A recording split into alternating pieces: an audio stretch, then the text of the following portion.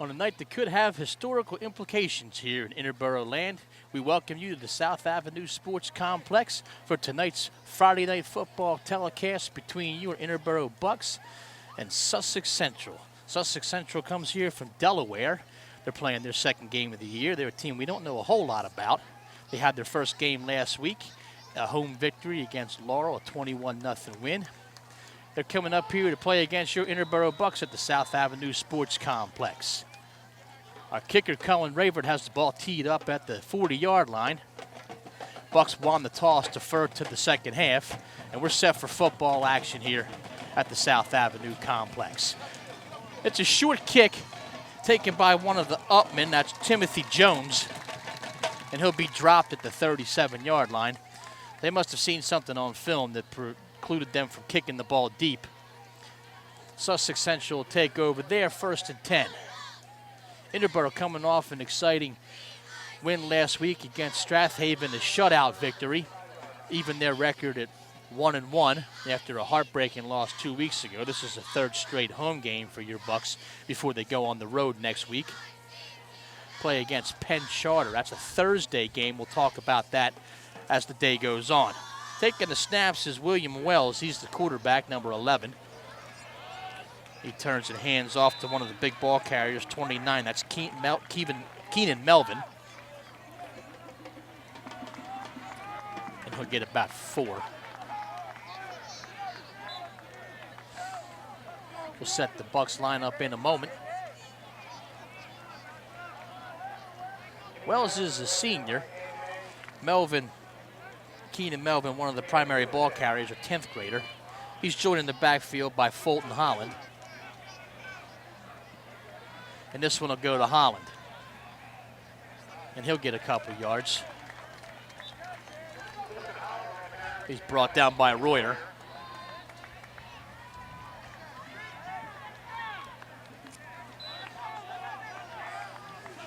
So we'll set the Bucks defense in no particular order. Number 5 closest to us on your screen is Matt DeSands. 23, Khalid Kuyate. 51, Steve Royer. 17 is Matt Okuda. Also have number 58 out there. That's Quentin Frangeli. Number 11, Danny May, our quarterback. We'll get to that in a second. 3rd down is Sussex to throw. And that ball's batted down by Chase Pattinson, number 87. And that'll bring up a 4th down. And a great job by Pattinson to apply pressure and get his arms up and bat down Wells' pass. It's a probable punting situation for Sussex Central.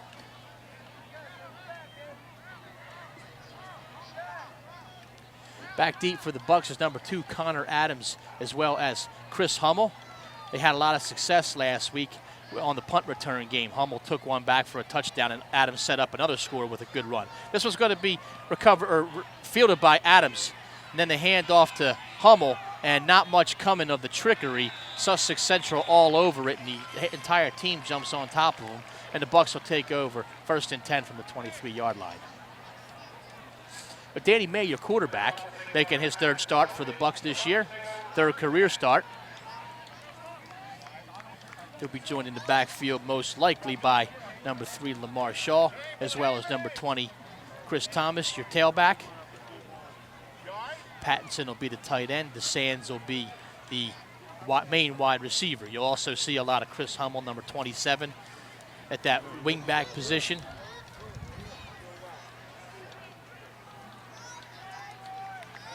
Bucks 1st and 10.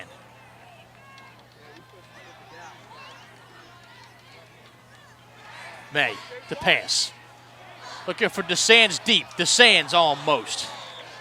Hit him in the hands. He was covered very nicely by number 2, Kendrick Knox. Knox with blanket coverage, but the ball was put up in a good spot where only DeSands could get to it, but he had to turn his body around. He was unable to do that, so DeSands will trot off.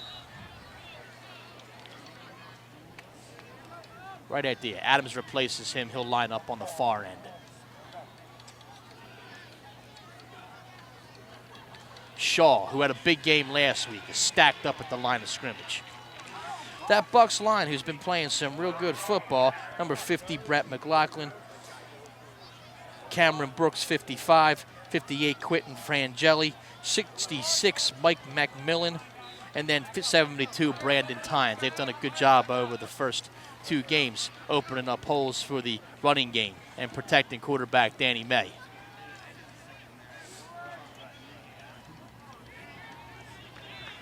So 3rd and long for the Bucks. May looking for a man, and he's got him. It's 14, Mike Chamberlain, up to the 47, 48-yard line. Chamberlain with, I believe, his first catch of the season. And a good job by Chamberlain, an athletic young man. Not a particularly big kid, but very athletic. District qualifier in the pole vault on the track team. Also a real good hockey player and a heck of a kid as well. Mike Chamberlain making the first down catch, and a good read there by Danny May, who had the check down. The I formation set, it's 1st and 10. The man in motion is Chamberlain. He's going to go to Thomas for the first time. Thomas across midfield.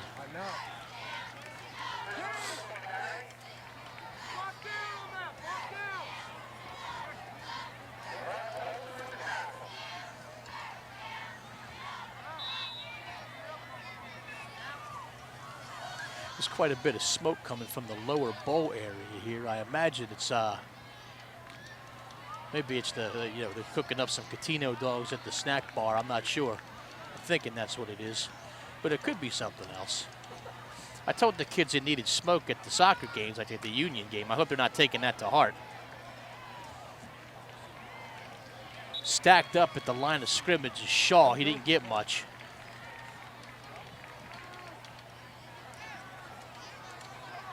There's been May on the keeper, but not much at all.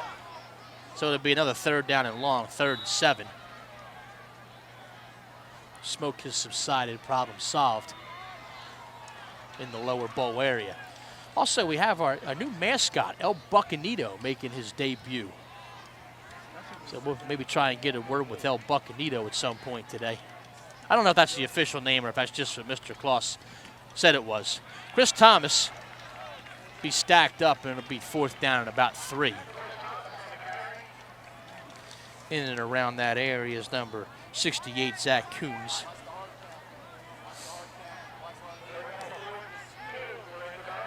They're going to punt it away, it looks like. It's number 8, Murtha, out on the field. He's the punter, also the backup quarterback. Had a couple of nice moments. Hasn't gotten a ton of time, but has had a couple of nice moments on the field. Has Murtha. Been impressed with his play. Thrown a couple of nice balls on some trick plays, and also has done a solid job punting. This one not great distance, but it will back up Sussex Central to the 23-yard line, which is certainly better for the Bucks than the last drive that Sussex has had. So it's 6:58 to go. We're tied at 0. But the mascot, a gift, I believe, of the class of 2015, last year's graduating class. They're new, so I guess he'll take his place out there with the cheerleading team, and it's good to see. I saw him walk in the hall 10th period. It was kind of like an ESPN commercial where you just have a mascot randomly walking around the hallway.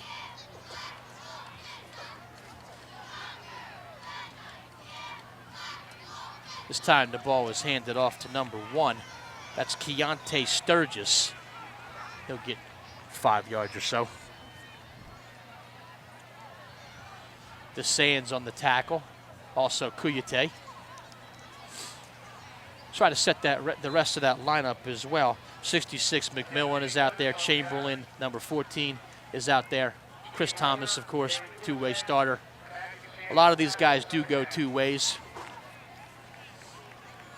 And, of course, Royer, 51, is probably the defensive lineman who had the best season last year before he was sidelined by injuries.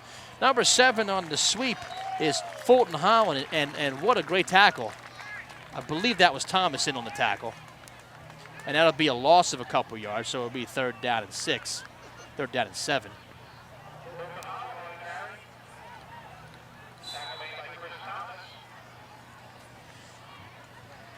It always feels good to have Eddie Berrar back up what you thought you saw. Ed Berrar, the longtime PA voice of the Interbero Bucks, honored last year for, I believe, 20 or 25 years of service or something like that. He's always a volunteer. Great guy, Ed Berrar. And on a third down carry, Kendrick Knox doesn't get much.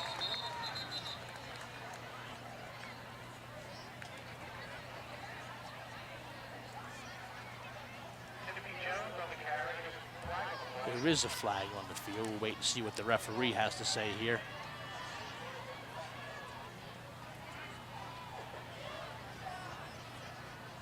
The referee's caucusing around the 28-yard line. We'll wait and see what the official has to say. There's a personal foul against Interboro, so that's going to be a first down for Golden Knights. And I don't know who it's on or what it was. It just said personal foul. It didn't specify.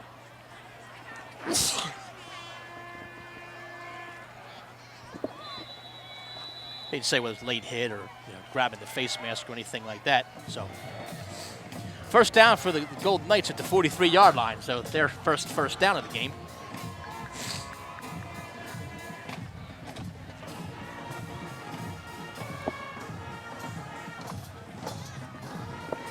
Tight formation for the Knights. And this will be a sweep. We're about 3 yards. That's Keontae Sturgis. So different set of running backs on this drive, 1 and 2. Looks like they have a couple of different options in the backfield that they like to go to.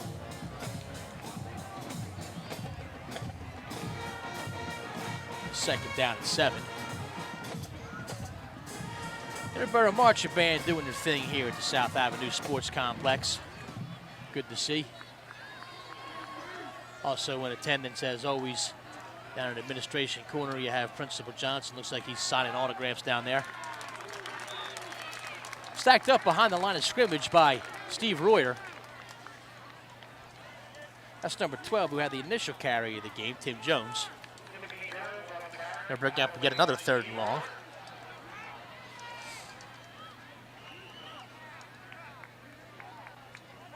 Athletic Director, Assistant Principal Ed Kloss, also down in administration corner.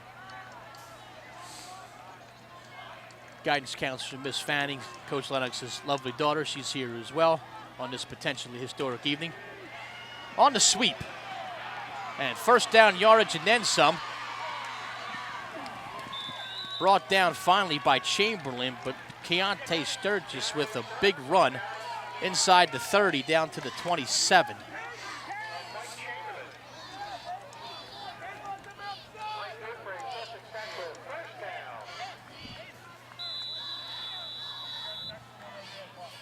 We have all the guys out tonight. Assistant Athletic Director Joe Barrett is in attendance. We have multiple camera people. Mike Yarabini, John Sadek, they're all here. Also some guy named Chris, he's doing some work. He's got a camera. I think he belongs here. Great job getting in the backfield. Whole team back there. Danny May. Steve Royer may going to have to come out for a play because he lost his helmet.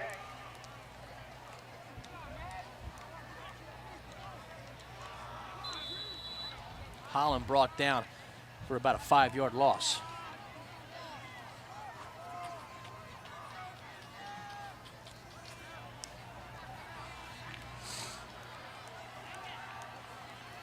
Like a different set, different quarterback brought in for this play. It's Brady Bowden brought in for this play, number 9.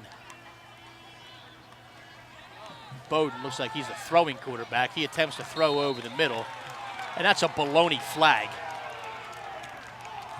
Coverage on the play by Hummel and by DeSands. And the flag was thrown from about 30 yards away. Terrible call. Absolutely horrendous. You can't see pass interference from there. Or I can see from here it wasn't pass interference. It was good coverage by DeSands. absolutely horrendous. They should pick that flag up upon caucusing together.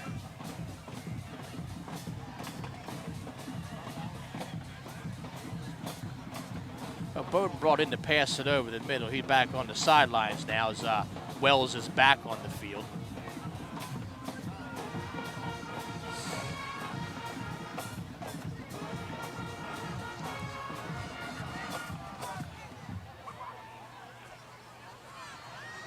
And they're going to go through with the call, and they should be ashamed of themselves for that call.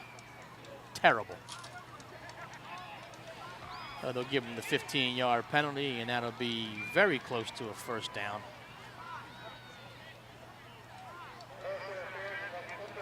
And they will move the sticks. So first down for Sussex. It is what it is, 16-yard line.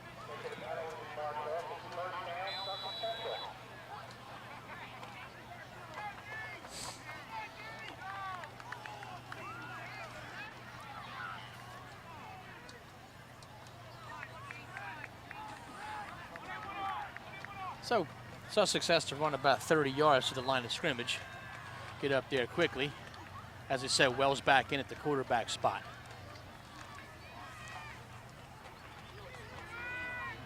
And it's Jones on the carry on the sweep. Flag on the play, so the impressive run by Tim Jones will probably come back on a hold called on the outside.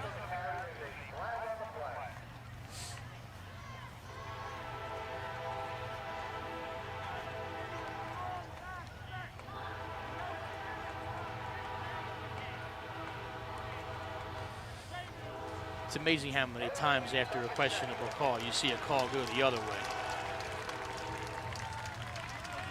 Right after that.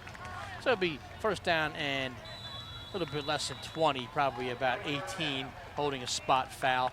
So ball spot at the 25-yard line for Sussex. Coach D'Esposito barking the defensive signals. Danny May will relay those to the rest of the team.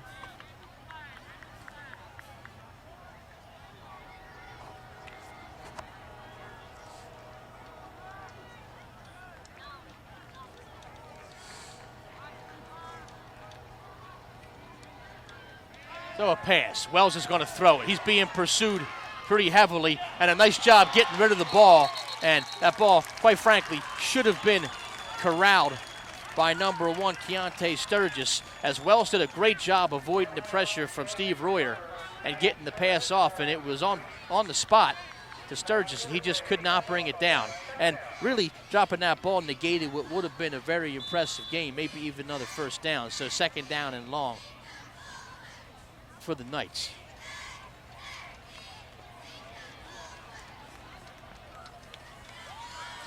Bowden back in at the quarterback spot. This looks like it's going to be a rotating quarterback position. I guess Bowden more the throwing quarterback. Sussex calls timeout. And sometimes this is to be expected with the shuffling of quarterbacks and the frequent shuffling of personnel and all.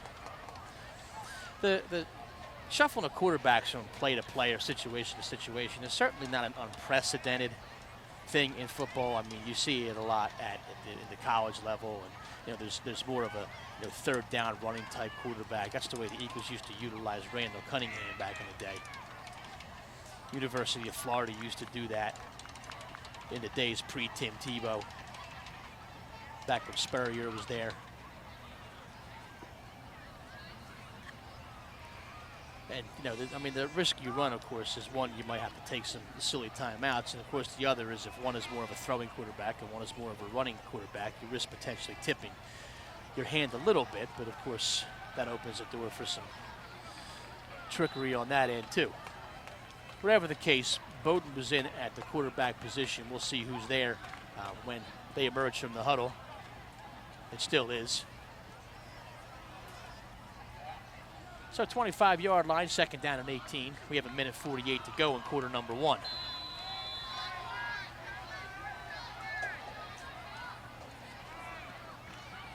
And they're going to pass Kuyate. And that ball once again in the hands of Sturgis. I mean, he just laid it in there beautifully. Ball was right in the numbers and he just dropped it. Kuyate had the hit. hurried to throw a little bit, but it was laid in there absolutely perfectly by Bowden, and just in and out of the hands of Sturgis. A sure touchdown. It was dropped.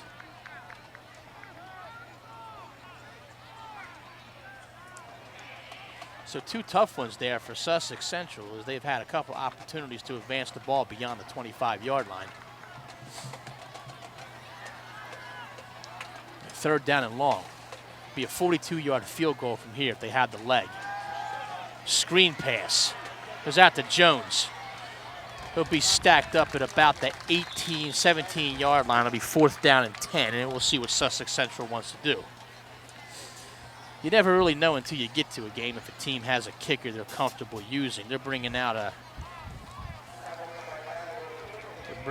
number 7. That's Fulton Holland, though, so he's not a kicker. He's a running back. He got some carries earlier in the game, so it very well may just be that they're going to go for it. 4th down and about 11. Ball at the 18-yard line. And this is probably the right play if they don't have the kid that has the leg. Although they are going to try a field goal. My apologies. Number 45, the kicker. He's a place kicker for them. And there is no 45, so whoever you are, man, that ball is blocked. Blocked and picked up by Okuda. And they kind of just stopped after the block. Okuda had the presence of mind to pick it up, and that's where they will take over, where the Bucks' 27-yard line. So whoever the kid was, he did have very colorful green sneakers. He's not listed in the program, which is not surprising. There's 2 kids here listed without numbers, but I don't want to speculate as to who they are. So whoever the kicker was, he had his kick blocked. Okuda picked it up, was tackled at about the 22-yard line. That's where the Bucks will take over. So a really good opportunity for the Golden Knights to score. Falls by the wayside, and Danny May and the Bucks offense will take over. No score. Lamar Shaw, and he looks to fight off. This isn't Strathaven you're playing. These are some big Delaware boys, and they stack them up at the line of scrimmage. Not much. Tim Jones on the tackle. So he got 1, credited with 1 yard. And may very well get one more play in before the end of the first quarter.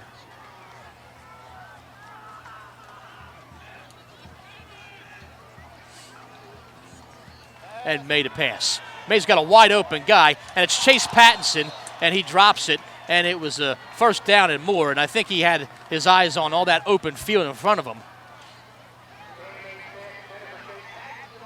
Pattinson had to twist and turn a little bit to get to it, but definitely a ball that Chase Pattinson should have had, and that could have been a real big gainer. Instead, it'll be 3rd down and 9, and there will be one more play in the quarter. But yeah, absolutely golden opportunity squandered by the Bucks there.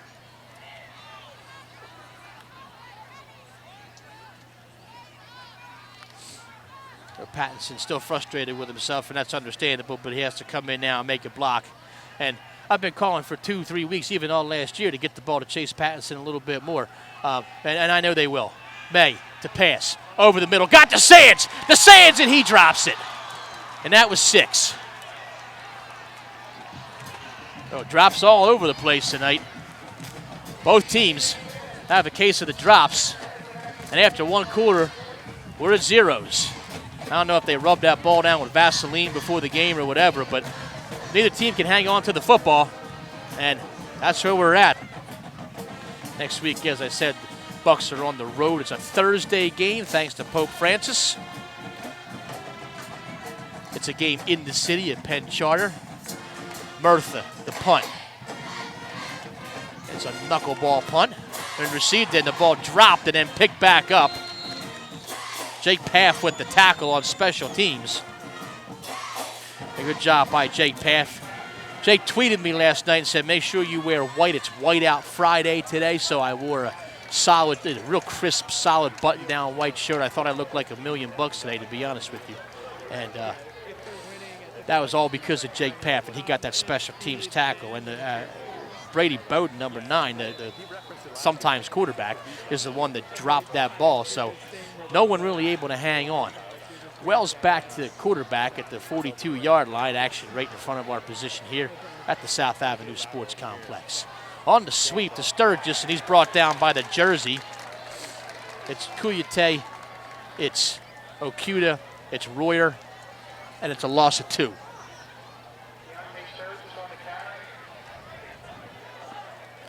And the Sussex Central cheerleaders making their way over here. Nice tumbling pass by those 2 young ladies.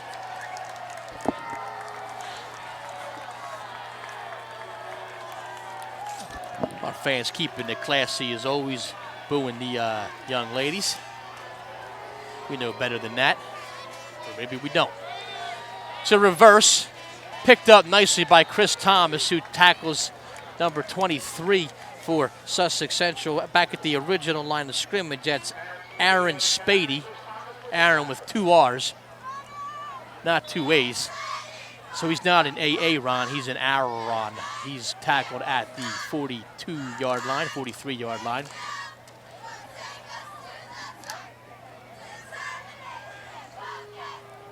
So 3rd down and 10. Wells remains the quarterback.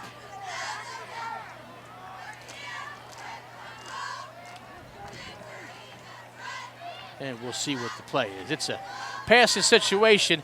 Wells runs. Royer picks up the run. He picked up the quarterback run very nicely, chased him down. Wells a bit skittish after realizing he was going to run. He saw big Steve Royer running towards him, and Royer made a nice tackle after a gain of 2.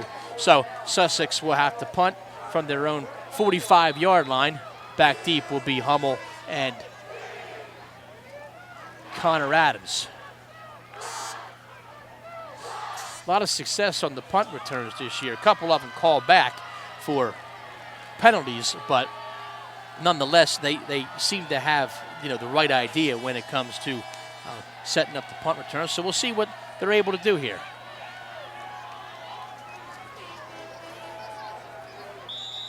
And there's a flag on the play.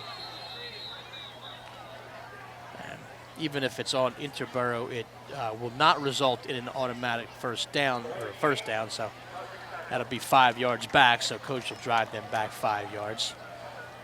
It's not like a pro punter where you do this on purpose. I mean, that was like, they didn't do it on purpose.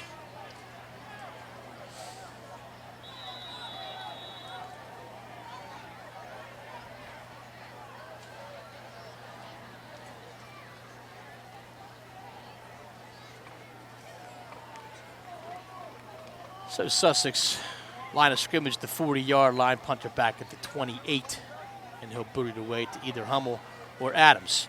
Pressure from the outside by Kuyate. It's going to go to Hummel. He'd be wise to let it bounce and get out of the way. Cut your losses and take over the ball at the 33-yard line. So Knotts with the down on the ball. And Danny May in the offense will take over. 9:25 to go, quarter number 1. Quarter number 2. Half number 1.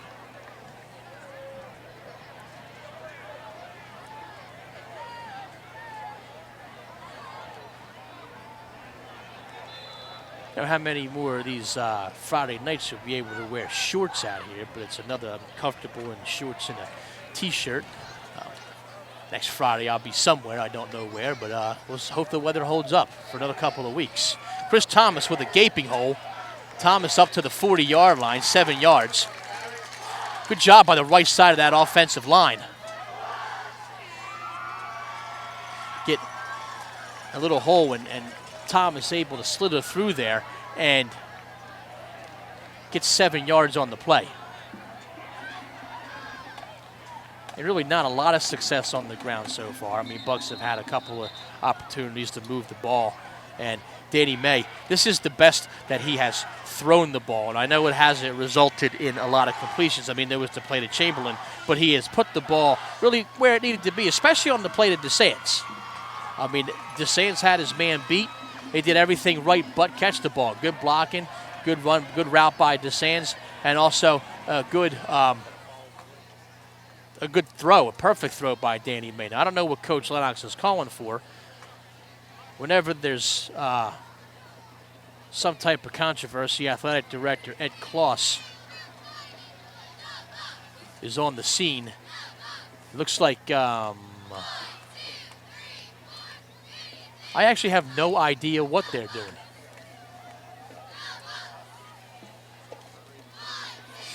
So there's a couple guys just crossing the field, and I don't know if they're exchanging pleasantries now, so I don't know. Maybe they're long-lost buddies and haven't seen each other in a while. Felt the need to interrupt the football game. The other possibility is that they're sending a couple people over. There might be concussion protocol that has to take place. That's the more likely scenario. I formation. Shaw. Nice cut by Lamar Shaw. Still on his feet. Close to the 50-yard line. They'll mark it at the 48, but Lamar Shaw with some fancy footwork there. Not something that you see out of a 260-pound fullback a lot of times. Lamar, he's got to have good feet, though. Lamar is also a wrestler, so it's definitely something that I think that you could say that those two skills seem like they don't really relate to one another, but in this case, you know, it definitely helps. So halfway between the 45 and the 50, first down for the Bucks. It's Chris Thomas this time. He runs right into the line, but he'll bowl ahead for 4. Tim Jones on the tackle. Helped out a little bit there also by Mark Tolson, number 15.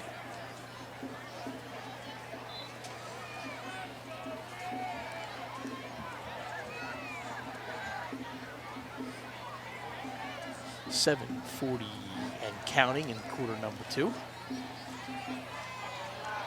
Certainly a more, even though it's 0-0, it's a more entertaining game than last week. Last week's game was a snooze fest until the second half. Pitch out. It's Hummel this time. Flag on the play, which will bring back a nice run on the toss sweep. And Hummel's really been the bat they've gone to when they've been in need of a big play. They get him outside. He's very fast. He turns the corner nicely. But it looks like this one's going to come back. So they'll march that off, and now it'll be second down at about 17.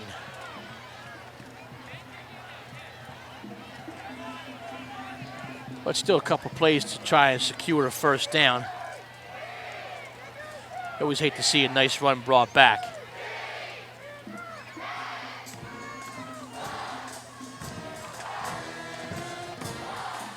.41-yard line. May Shaw the single setback. And the refs blow the whistle. And we'll see what the cause is this time. It's like delay a game on the Bucks. Well, certainly not helping their cause here. 36 will be the line of scrimmage. The second down and 22 now, so that may change the strategy a bit for Coach Lennox.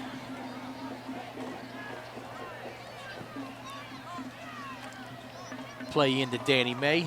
He relays it to the boys, and we'll see what they have going here. I certainly wouldn't want to abandon the passing game. And they'll go with a sweep to Chamberlain.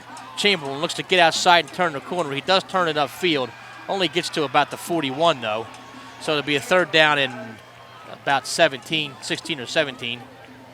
So they got those 5 yards back, but that doesn't help in the overall scheme, as it's going to be third and long. Now they tried to get Chamberlain outside. Chamberlain, good athleticism, but Sussex was all over it.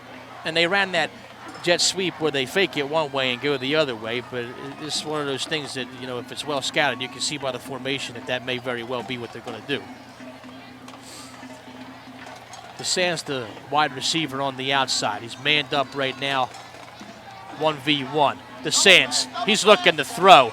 DeSantis is brought down. A great job. Nice tackle by the Sussex central defender. That's number 25, LaShawn Handy. And he got up and said, made a little gesture like, not in this house, even though it's not his house. It's kind of our house. But regardless, he did make a very nice play. He read the double pass nicely. DeSantis is going to throw. And they've attempted that play a couple times with DeSantis, and they really haven't been able to get it off the ground yet. So will punt again with 5:30 and counting to go. Back deep will be Sturgis. Bowden was back last time. Murtha shanks one off the side of his foot, and darn near takes out a cheerleader. Poor girl almost took one right in the noggin. And we'll try and identify the cheerleader who almost got plunked. I'll tell you one thing, she's not a senior or else I'd know who she was. But, well, that poor girl almost took one like a champ. She doesn't know how close she came to getting a, a shanked punt. The bigger story, though, is at the 45-yard line, Sussex Central has their best field position of the day. We'll see if Chris can get a word with her down at field level. That's Tim Jones, who gets 5, driven forward by Okuda.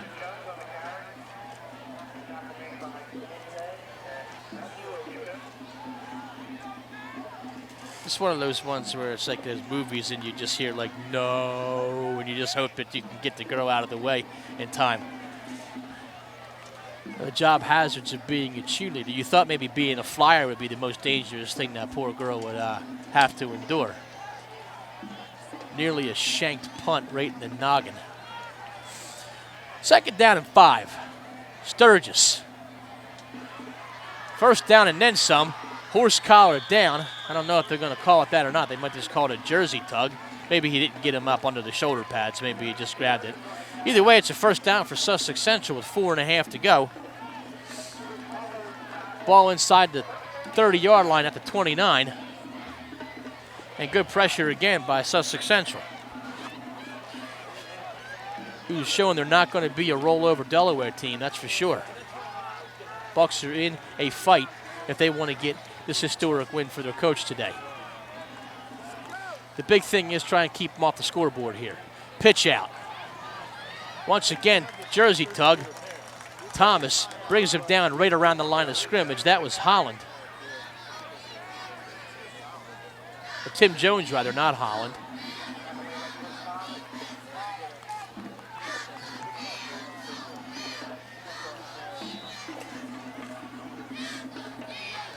Bucks band getting ready. They're going to bring the funk at halftime.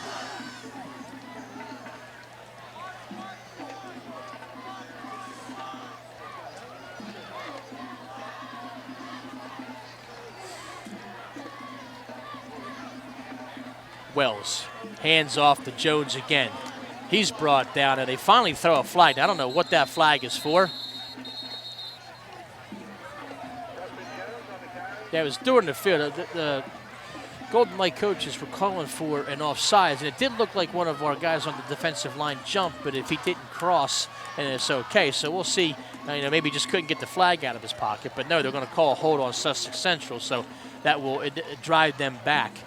And Coach Wise to take that penalty as they get driven back to the 40-yard line. It'll be 2nd down again, but it'll be 2nd down and 11 or 21. And holding penalties really debilitate drives, no matter who it is.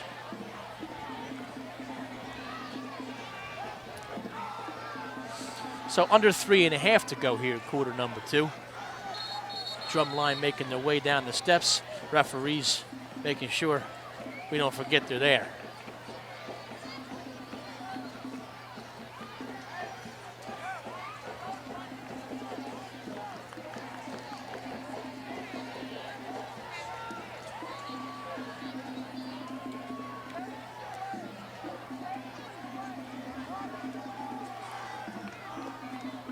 .40-yard line, the line of scrimmage. Once again, they jumped. That was and a little pushing and shoving after the game, after the play, certainly not necessary. And they actually called the offsides on Sussex, so Quentin Frangeli was drawn offsides, which if you're a Bucks fan, that's good news. If you're a Sussex fan, it's 2nd down and 26, and now they'll call a timeout. Try and get right. Murtha punt reminded me of middle school when I remember playing a little, backyard football. I'm not sure who it was. It might have been me. It might have been somebody. But we shanked one off the side of the foot. And it went right through somebody's bay window. And we weren't able to run away fast enough. We eventually fessed up to it and did the right thing. But it happens sometimes, and hopefully it doesn't have any implications on the game. Hopefully it doesn't lead to a Sussex Central score. So 3:12 is the amount of time on the clock. Sussex with their second timeout. Coach D'Esposito just basically saying, listen, you have them in an advantageous position here with 2nd and 26. Nothing stupid, no penalties, don't give them an automatic first down, don't get a late hit on the quarterback or anything like that. Just do the right thing.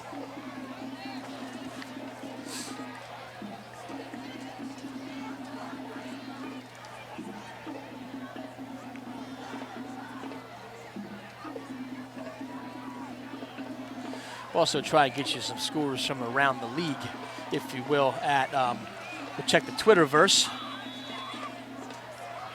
2nd down and 26. Wells to pass. Kouyaté with the initial pressure. He does get it off. Jones catches it and then drops it, and we'll see. I think he caught it and fumbled it, and we'll see if they call it. The Bucks come up with it. They might be calling it incomplete. Referee saying 3rd down, and they finally called it incomplete. I'm not so sure, but you know, the referees are right there. I guess I'll give him the benefit of the doubt on that. I thought he came down with it, made a football move, but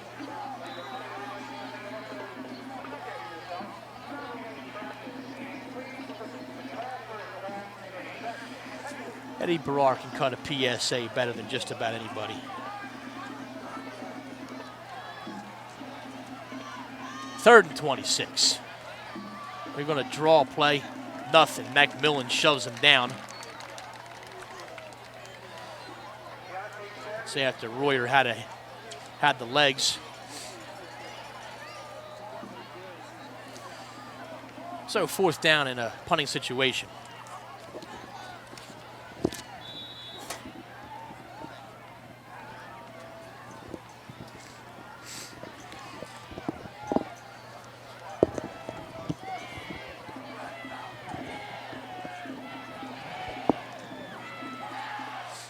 So back deep, Hummel and Connor Adams. And the punt is away, and it's going to go towards Adams and take a bounce. And again, the Bucks will step away, and it'll be down at the 15-yard line. Punt by Jordan Dorman. Just a quick update, because we like to follow through here on the Interbero Television Network. Last week during the play, there was a couple of young ruffians who ran on the field and attempted to go hop the fence on Hillcrest Avenue. The local police force said, I don't think so. And they grabbed the suspects and apprehended them, and they will be prosecuted to the fullest extent of the law. So if you're a young ruffian thinking of, pulling some shenanigans like that, let that be a lesson. Stay off the field of play. Chamberlain with lots of room. 1st down and then some. The clock will temporarily stop. Bucks will get up on the line, hopefully. No, they'll huddle. But Danny May, he's running his own little version of the hurry up. He gets to play from Coach Lennox, and the clock is running, so we're under 2 minutes. Bucks do have the full complement of timeouts if they want it. They're going to try and get down the field as quickly as possible. May to throw. May's got a wide open Hummel on the wheel route. Hummel past midfield, cuts back inside, get a block. Hummel still on his feet. Hummel going to run into a bunch of Sussex Central defenders, but a great job by Hummel. And really they were 1 block away from taking that to the house. Danny May calls timeout very alertly. And finally a little highlight video material. 34-yard line. Good job on the wheel route. One of my favorite plays.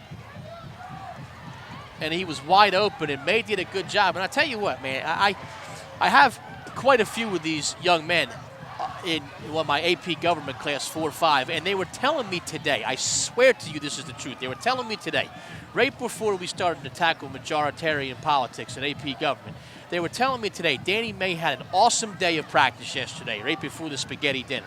They said, I guess he was all excited about spaghetti dinner. He had a great day of practice, and they said they were expecting big things from him today. Great throw by May. I also told you, I promise you this is the case. I told Danny May today, I said, tonight is going to be your breakout game. Tonight you put yourself on the Delaware County football map. So I'm hoping that is the shape of more great things to come for Danny May.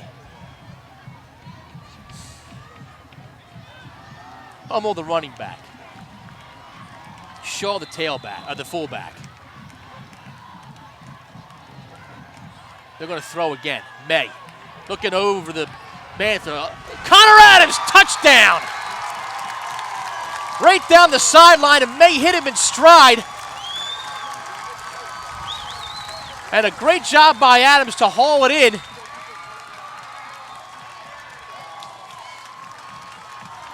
And you can't not love Connor Adams. This smoke is not coming from Catino Dogs, by the way. They did bring smoke. I don't know what they have, some type of man-made device, I guess, to create smoke, but that is not from the concession stand.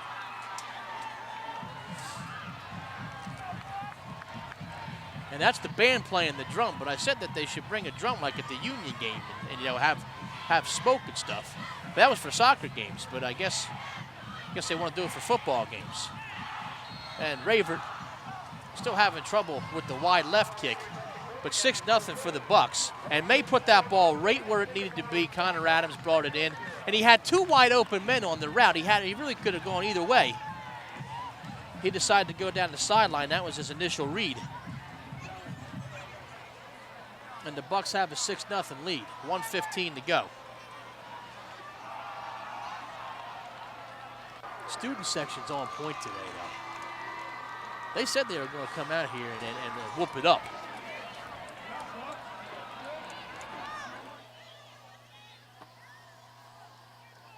It's not even smoke, it's powder.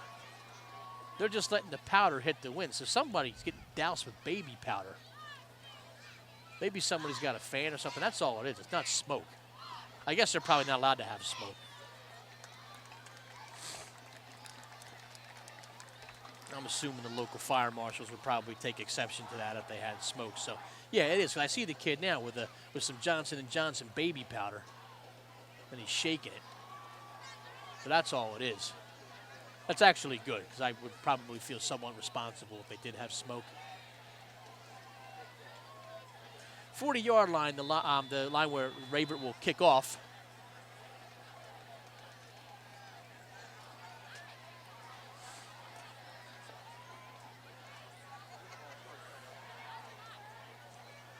And another kick to the up man. And it's going to go out of bounds and give Sussex very good field position with just 1:15 to go. But plenty of time to make something happen. 1:15.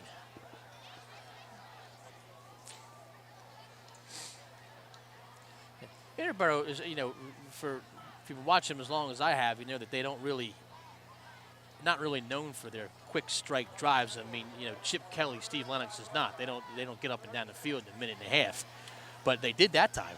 And, one quick run and play to Chamberlain, and then a wheel route to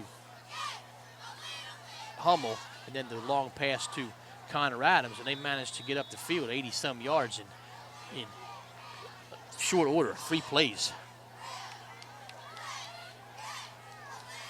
Good to see him open up the playbook, open up the offense a little bit. It's fun.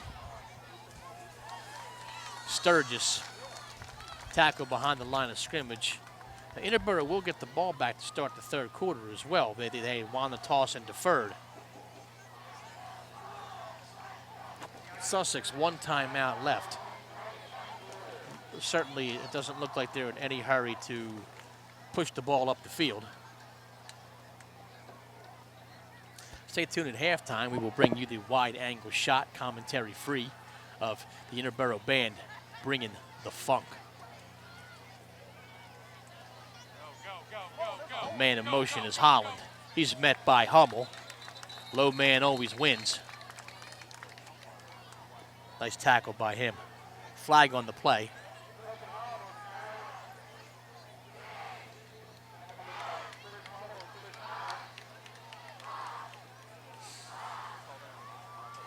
And this is the most boisterous and most present the student section has been since the season started a few weeks ago.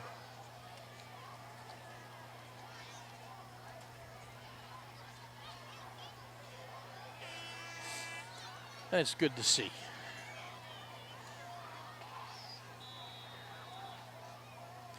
I'll tell you something else, man. I hope the staff at the local Applebee's is ready for an onslaught in about an hour and a half or so, because Ridley has a home game and Interboro has a home game. There ain't too many options around here for late night grub. And they'll sit on the ball. Always interesting, always fun play. And that'll be it for the first half. Bucks lead 6-0. But it was an exciting 6-0. Bucks will get the ball to start the second half. You stay tuned for the Interboro band at halftime. We'll be back for the third quarter. There is nothing wrong. The attention control at the bridge is set to show. Coming to you directly from the mothership. The Interboro secondary hockey game is directed by Dr. Fucking Team himself, Mr. Martel, with assistant directors Bill Starr and Daniel Freer. Color guard directed by Don Martel and Allison Jenkins. Additional instruction provided by John Williams. We invite you to kick back, relax, as we present to you this year's halftime show. One band under a groove. Ensuring that everyone is together on the one large drum music, Aaron Solomon, Megan McCarthy, and Valerie Curry. Color guard captain Adrian Narcotic and Krista Sampaio. We're going to open up the show with a bit up the front, showcasing 500,000 kilowatts of pure drumline power. We invite you to move along with the members of the band as we play, because some now on the move but continue. The desired effect is what you get when you improve your interplanetary functionship. Now we're going to slow it down here with Mary Can Say Goodbye. Originally recorded by the Jackson 5, featuring on vocals Alexis Corcoran and Colin Tommy on trumpet. Backed up by the Chief System with Color Guard, Sting Tommy, Delaney, and Adrian Narcotic, and Krista Sampaio. Special thanks to the Funky Glorious Andrew and all the audience music boosters. If there's one thing we want to take away from this year's show, it's that all of us, to each and every one of you, everybody, got a little way under the sun.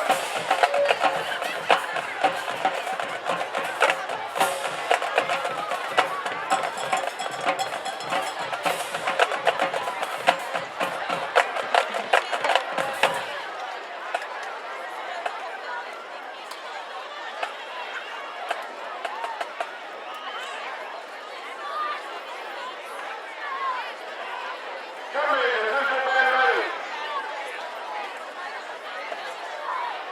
Then show us that famous front line.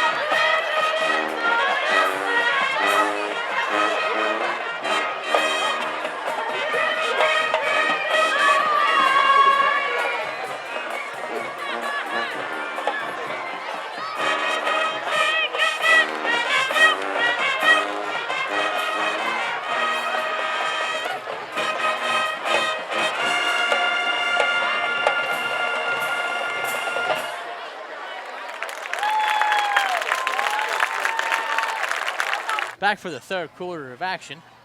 Bucks going to get the ball back. They want to toss and deferred. Kuyate going to fall on top of the ball. Opts to not pick it up and run. It's probably what he's instructed to do by the coaching staff. Bucks will take over. 1st and 10 at the 31-yard line. And great drive at the end of the half by the Bucks. 3 plays, 80-some yards.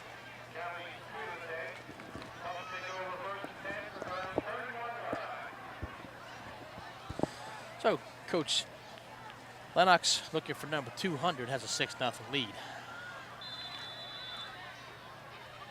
And we'll see what they can do with this offensive drive. It's Thomas and it's Shaw in the backfield. DeSands, the running back. And ball on the ground. And Sussex Central falls on it. So exactly the beginning you didn't want as you kind of look forward to having possession. And the handoff botched, and Sussex Central takes over with excellent field position. There's some people not even back in their seats yet, and Sussex Central will have the ball. A really golden opportunity for the Golden Knights here, as they will have their best field position, the starting field position anyway, of the evening. And they've knocked on the door a few times, but they have not yet been able to break the plane in the end zone. Wells, the quarterback, he's taken most of the snaps this evening, and they'll go with a sweep to Sturgis. And a nice tackle. He's tackled forward for about 3 or 4 yards. Looked like May with the tackle.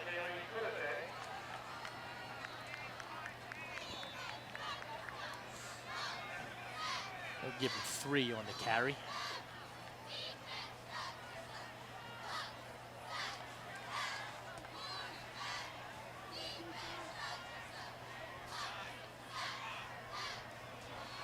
We split back formation, Sturgis to man in motion. And running back tripped up. I believe it's LaShawn Handy with the carry.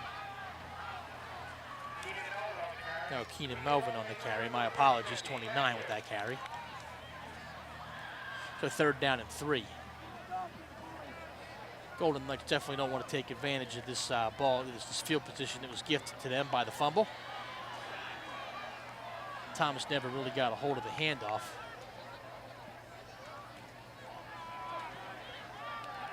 And once again, up the middle, there's number 29, Keenan Melvin, and that's a 1st down for the Golden Knights.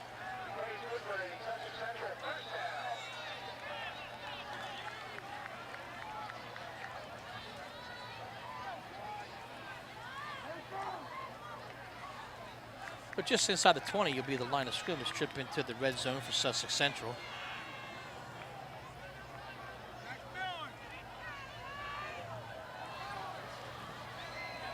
Go to Melvin again. Doesn't get too much.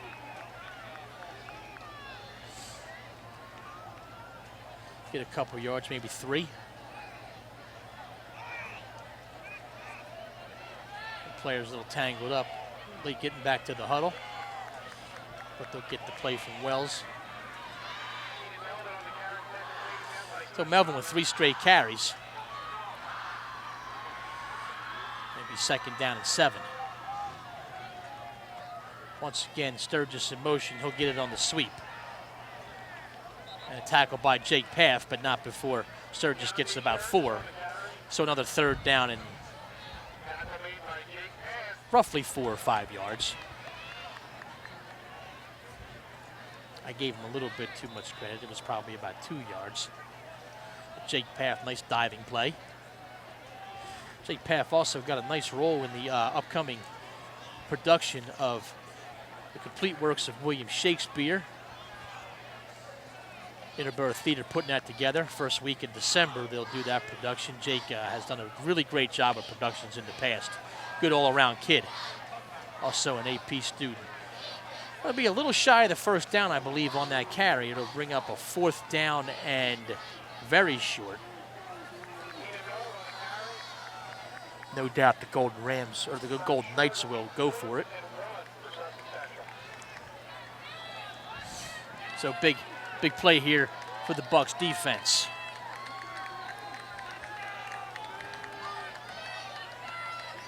Coach D'Esposito going to call what you would imagine would be a short yardage package. Wishbone formation for the Golden Knights. And the flag on the play, and that'll give it away. Unless they were drawn off sides, the hard count probably drew the Bucks off sides. We'll see who it's on. And if that's the case, it'll be a first down. And it's on the Bucks, and that'll be, you hate to see those freebies. So first and goal for Sussex Central, with an opportunity for them to either tie it or maybe even go ahead. 4 plays to try and hit pay dirt here. Sturgis in motion, he'll get the sweep, and he's tackled, not tackled. And he's on his feet still, and he gets into the end zone. They had him, they lost him, and he snuck into the end zone for a touchdown for Sturgis. We've had sort of an off and on kind of game today. Couple of drop passes that could have been touchdowns, and this time he does get the ball, and Keontae Sturgis will tie it up with 7:59 to go in quarter number 3. The Bucks, who had a chance to maybe get a 2-touchdown lead, are now looking at a tie and possibly a deficit. We'll wait and see who kicks it. I don't know if it'll be that 45 again. Now the place kicker is going to be number 8. Kyle Agresta. He's the guy that handles the place kicking duties. High snap, and the ball is blocked. Good job by Chris Thomas to penetrate the line. So it's a 6-6 ball game. Kicking game, both teams, leaves a little bit to be desired in the early going. Well, Bucks will get the ball back, but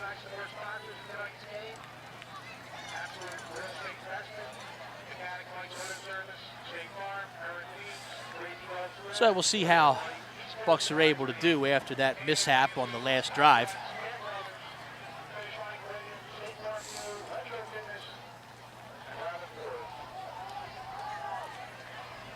Back deep will be the combination of Connor Adams and Chris Hummel. Looks like they moved Chris Thomas up to be one of the up men, and that could be in case they decide to kick it short again. He is the one experienced ball carrier who, you know, should they decide to kick it short, may be able to get it. And maybe his presence up front is to try to force him to kick it deep. But they kicked it to Keontae last time, and he just fell on the ball. So that could very well be the strategy again by the aforementioned but nameless and green cleated number 45. I do like his cleats a lot. And ball fielded on the fly by Okuda, who will spin to about the 43-yard line. Good job by Matt Okuda.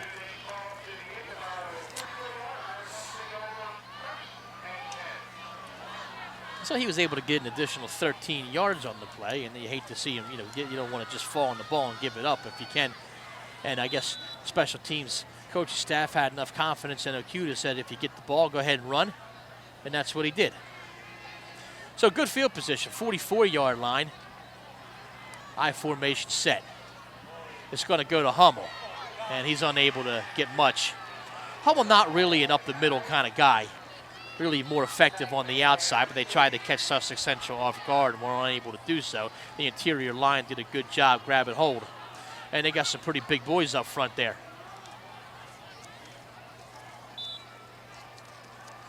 Among them, number 42, Lacarde Bowen.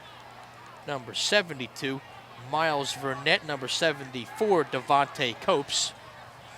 The interior line grabbed hold of Hummel. A little confusion this time, though, as Thomas gets about 7. Crosses midfield to the 48-yard line. It'll be 3rd down and short. Connor Adams will replace DeSands.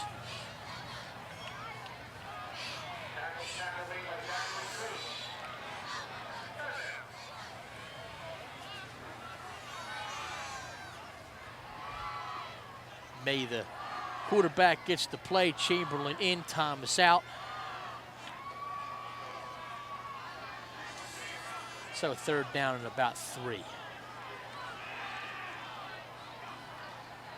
This time they're going to go option. They go option to Hummel. Hummel, 1st down.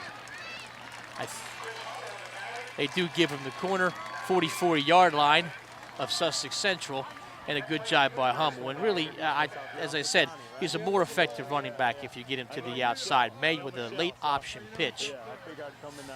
They don't run a lot of option here when they do. The pitch was really good. May, as I have also mentioned before, is having a good game. It's good to get a 1st down. I'll make sure I tell her I met Uncle John.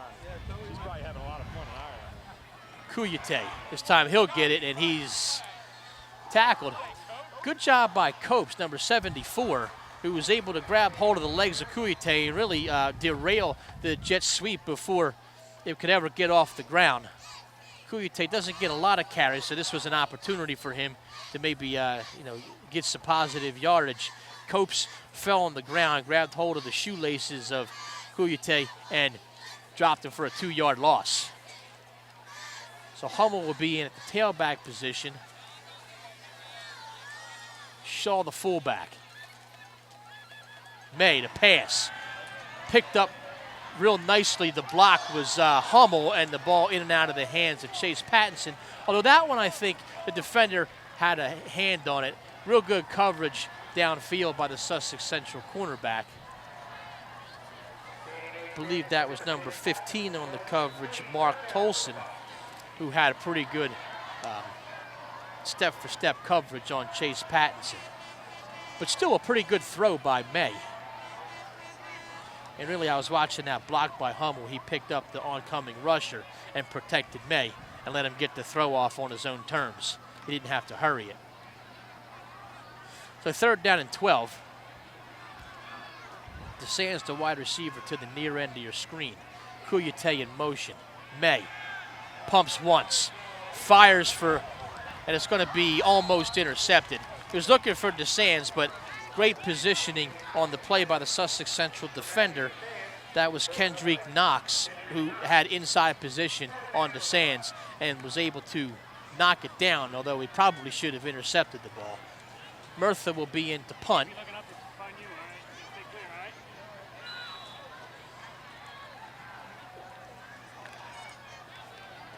Cheerleaders have their faces turned towards the punt this time in the interest of safety. Murtha's going to boom this one, no. High snap, corralled nicely, and a good punt by Murtha, and Sussex Central gets away from it, and a beautiful result. Adams will down it at the 9-yard line, and Nate Murtha atones for the last punt with pinning him inside the 10-yard line. And really, that's the goal of any punt, is to pin him back as far as you can. Don't give the other team an opportunity for a return. So Sussex Central with a long way to go with 5:26 to go in quarter number 3. Administration corner, I see my man Ryan Snyder down there, assistant principal.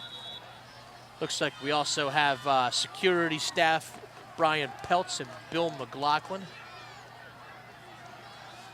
They're working the gates. Looks like Sean Conti down there as well. So the full complement of administrators, as always, spending their Friday night right here with me and you. Wells on the quarterback keeper. Could get a yard or two, not much. Royer, as always, near the ball. Paff also on the tackle, called his name a few times tonight. He'll be replaced by Kuyate on the rotation.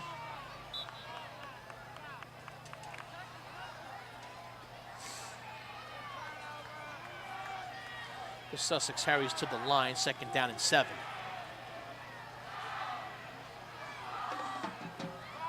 Hand off up the middle, 1st down, close to it anyway. Maybe a little bit shy, maybe a yard shy. And then I think it was Tim Jones with the carry.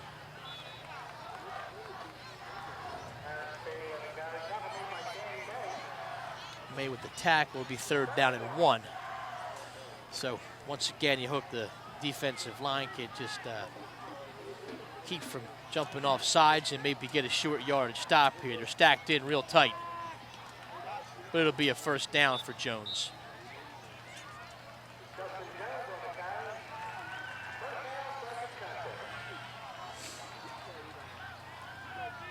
So the Knights with the 1st down, 4:11. They'll stop the clock temporarily, wind the clock, as we're going to be under 4 minutes next time we snap the ball.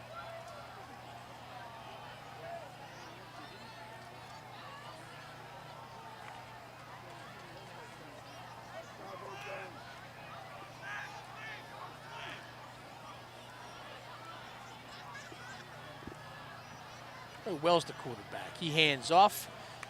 Behind the line of scrimmage is going to be brought down by Frangeli. That's Holland with the carry. He'll get credit for a loss of 1 yard. Good job by Quinton. Thomas made the initial hit, and Quinton Frangeli bulldozed him to the ground. Good job by the junior, who's played well on both sides of the ball thus far in this campaign.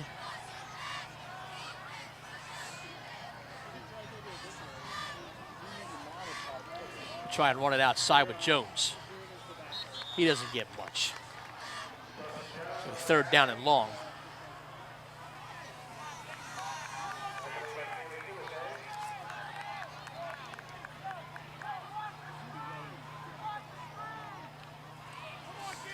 Eddie Barrar keeps calling him Justin Jones. My roster says Tim Jones. That's what we're going to go with. He's either Tim or Justin.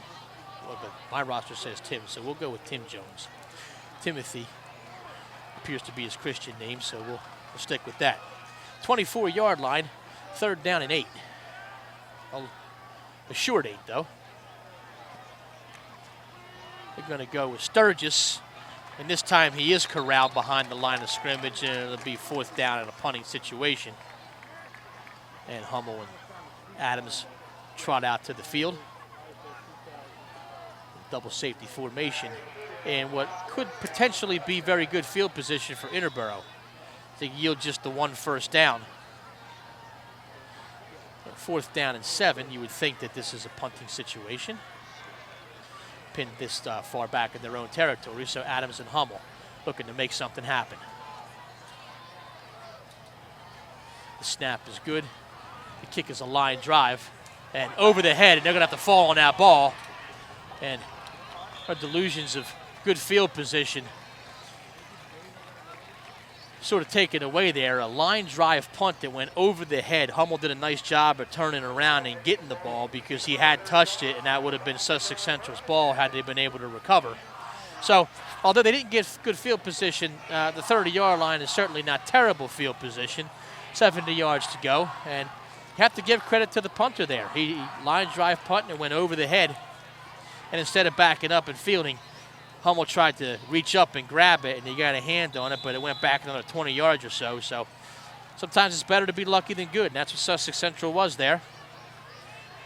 Nonetheless, the Bucks had the ball. We're tied at 6 with 1:39 to go. Sussex Central also jumps off sides. I believe that's on Sussex Central, but again, we'll wait on the referee. So 1st and 5. Which beats 1st and 10 any day. We'll see if that changes the course of action for Coach Lennox. Sometimes with an extra down to play with there, they decide to open up the playbook. We'll wait and see.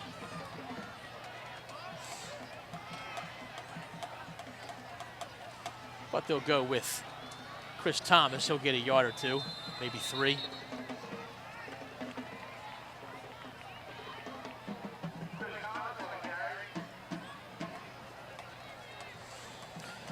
Director of Activities, Andy Stanzo, making his way up here as well.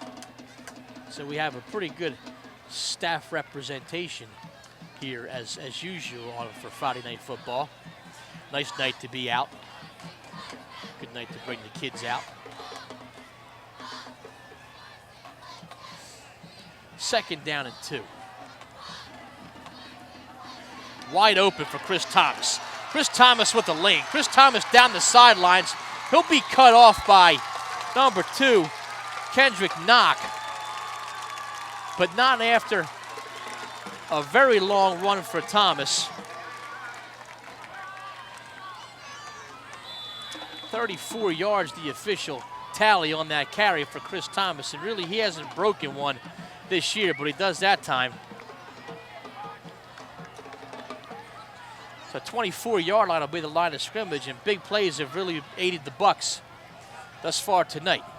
But they need to keep the pressure on and make it cash in, because we're tied at 6, 26 seconds to go. Pass this time. May looking for Shaw, throws it behind him and almost intercepted. Shaw got a hand up trying to corral it. And it's back there by Tolston. For another step and he would have had it, and that would have been big trouble because there was nobody over there. He would have gone the other way with it. So nice pass behind him. Really the first bad ball he's thrown all night. But looking for Shaw out of the backfield.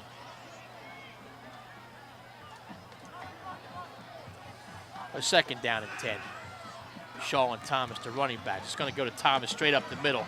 Wide open hole. Thomas inside the 10. Bucks offensive line winning the battle of the line of scrimmage, and it really opened up some holes for Thomas now, and he'll get the ball spotted at the 6, first and goal Bucks.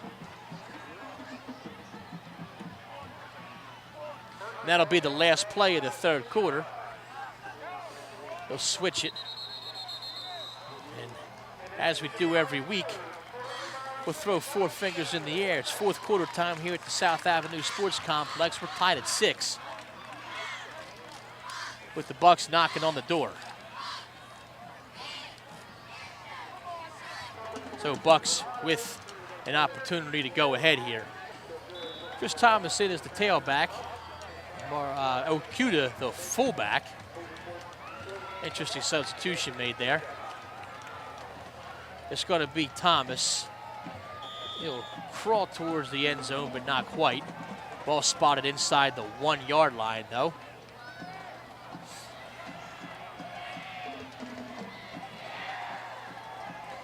So about 5 on the play. Scoreboard says second and 2, but the umpire spotted it really closer to the 1-yard line. Goal-to-go situation. Danny May under center. He will hand it to Thomas, and Thomas will fall into the end zone for a Bucks touchdown.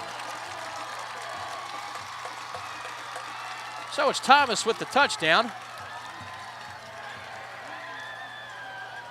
And the Bucks will take a 12-6 lead, pending Rayford is again out there for the extra point. So coach opting not to go for 2 at this point and try and chase the points missed from the last missed extra point. See if Colin Rayford can straighten one out. Had that really nice field goal in the first game. Really just drilled it, and it's a matter of straightening it out. We hope he's able to do that here. Cullen kicks it up, and this one does split the upright, so good job by Cullen. 13-6. And now I'm sure that'll get Colin Rayford's confidence back. Nice kid I have in class. So with 11:25 to go in the fourth quarter, Bucks have a touchdown lead over the Sussex Central Golden Knights. And Rayford will tee that one up at the 40-yard line in due time. Pretty decent crowd on the Interboro side. Sussex brought a few people up. It is quite a hike for them. And fortunately for them, it is not a race weekend. It's not, the NASCARs are in Chicagoland this week, but I do believe that in the next week or two, the Dover race is forthcoming, which would make any travel to the shore on a Friday night to or from the shore on a Friday night. An absolute tough trip. Let's just leave it at that.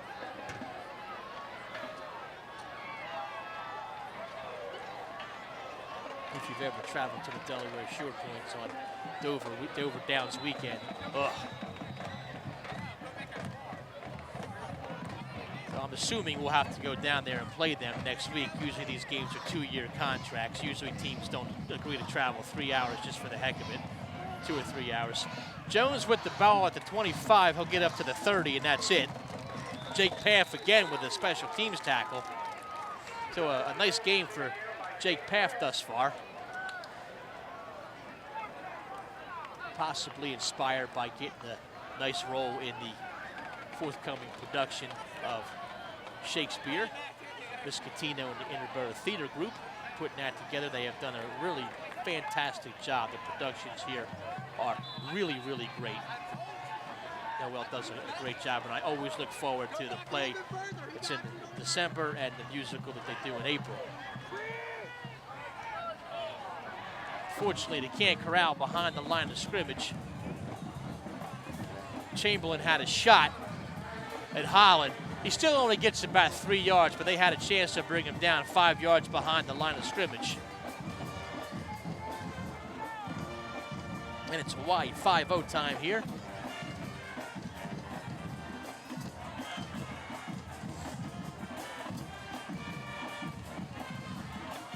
.33 is the line of scrimmage. Second down and about 6 or 7 yards. Stack formation here. They can't get the handoff, and Wells is going to be brought down behind the line of scrimmage. Chamberlain grabbed him that time.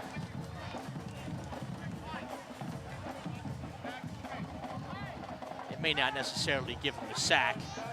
I guess if the stat man, Donnie Watts, is friendly, they'll give him a sack, but really that was probably a botched handoff, and Wells kept it, and it'd be just a tackle for a loss. So Sussex Central calls timeout.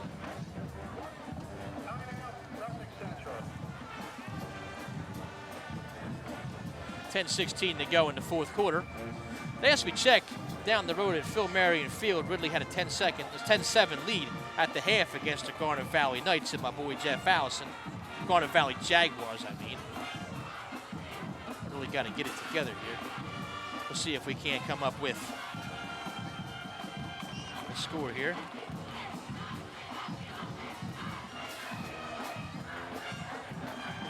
Matt Smith representing the Daily Times down there, and we'll see if we can't check in the Twitterverse. So Sussex Central with the ball, third down and 15 for the 25-yard line. You would think a passing play is forthcoming.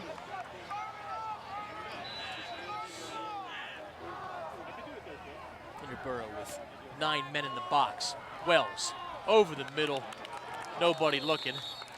The intended receiver was number 29 on the play, but he never really turned around as the throw was hurried. Keenan Melvin was the intended receiver, and Sussex Central will have to punt.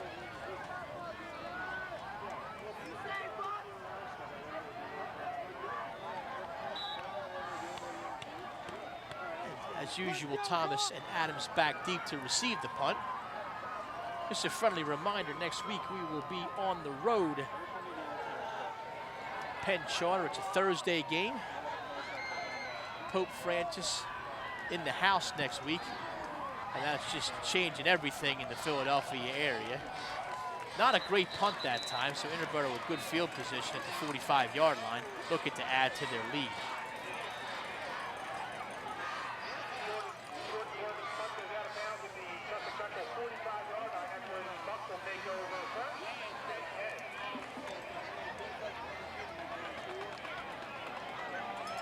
So May in the offense with good field position. And another cloud of baby powder blown into the air.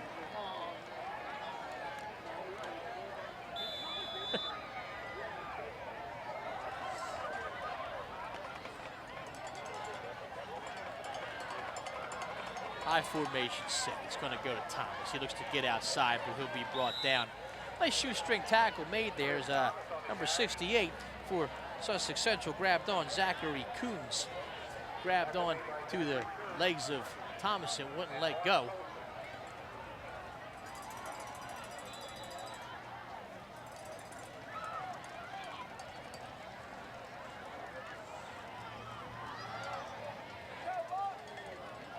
.44.5. The line of scrimmage. They gave Thomas a half a yard. Very generous. Thomas stacked again. A really nice tackle that time by 42. McCarty Bowen. And it'll be 3rd down and long. And that half a yard he got last time to take it away. 3rd down and 10.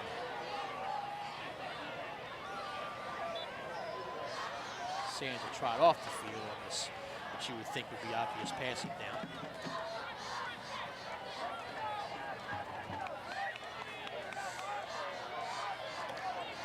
I know what they're going to do, but I'm not telling because their coaches are right next to me.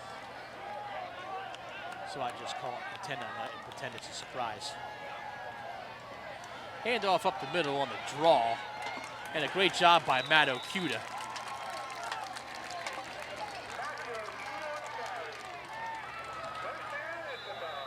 So they spread him out wide and went up the gut with Okuda. He doesn't get a lot of carries either, but the fullback dive good for 13. 32 will be the line of scrimmage. And the Bucks will have 1st and 10 there with 8.5 to go. And those types of plays are a real kick in the gut for the defense. You have 3rd down and 10. Expected a pass and you get a fullback dive and then they jump off sides on the next play, although that wasn't called. I guess they feel like he didn't cross the plane. Okuda tackle for a loss that time.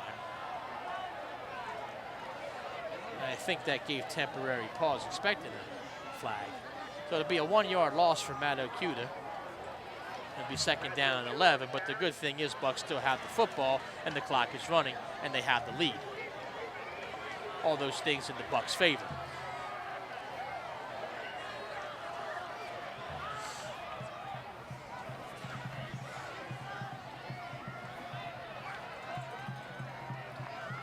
So I formation set. This time we're going to go to Thomas. No, it's a fake. May. It's got Chase Pattinson, and he does a great job corralling the ball. Chase Pattinson still on his feet inside the 5-yard line to the 4. Chase Pattinson reached down and grabbed it. And vindicates what I've been saying for weeks, if not years, that Chase Pattinson needs the football. Good catch by Chase. Nice little throw up there, too. And usually throw up means come off the field. But he really let it go.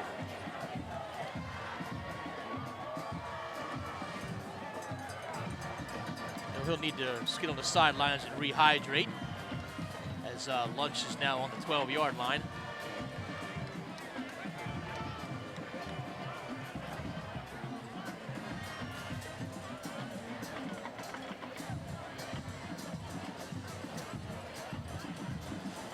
The training staff will come over and give him the obligatory once-over. Hopefully that was a I'm just sick from playing 2 ways throw up and not a I have a concussion throw up, as the two are somewhat different. Either way, it's 1st and goal for the Bucks at the 4-yard line. It goes to Thomas. And waiting. It's not going to be a touchdown. It is a touchdown. Touchdown, Bucks. Referees took their good old time signaling touchdown. So the Bucks with a 2-touchdown lead now. It's 19-6, pending the Colin Ravert extra point on a play set up by Chase Pattinson with a great catch. Still being evaluated on the sidelines. Coach D'Esposito giving him a good look too.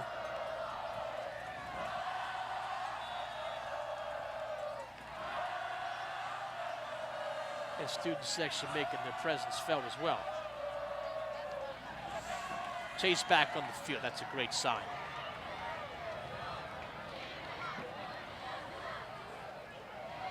Murtha to hold.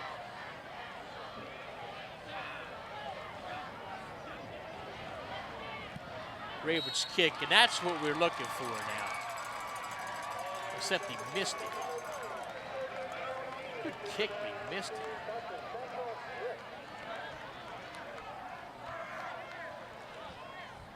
So 19-6 is our score. Either way, even with the miss, Sussex Central is going to need to score twice in 6 minutes and 38 seconds. And really, their one touchdown, they were gifted. Good field position.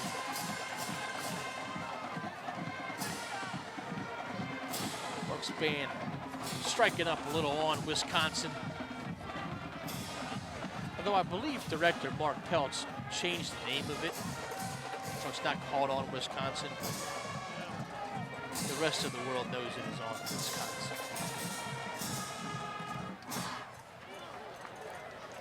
So 6:38 is all we have left here tonight. That's the only thing that separates Coach Lennox and 200 wins here at Interboro High School. A lot of alumni I have seen have come here looking to maybe surprise Coach with a little on-field celebration that may follow. We don't want to count our chickens before they're hatched, that's for sure. But it's looking good right now. So Raver to kick it off from the 40. They've kicked it short every time thus far, and they'll do it again. Although this time it is going to be fielded by Holland at the 22-yard line. Holland, chased down by Chamberlain. He grabs him by the shoulder pads and brings him down. So great job by Mike Chamberlain. Gives himself a little pat on the back.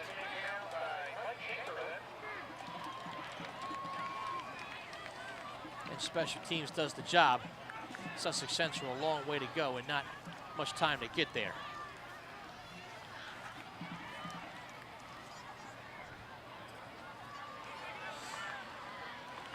The 29-yard line will be the line of scrimmage. Golden Knights need 2 scores.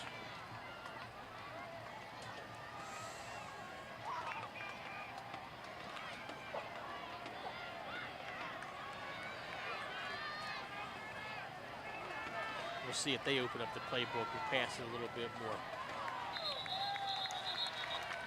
They jumped off side, so that makes it a little bit more difficult. They'll take it back to the 25.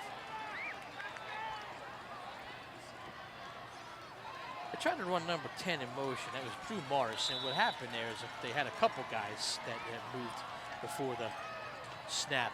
So first and 15, and they'll come up with a new play.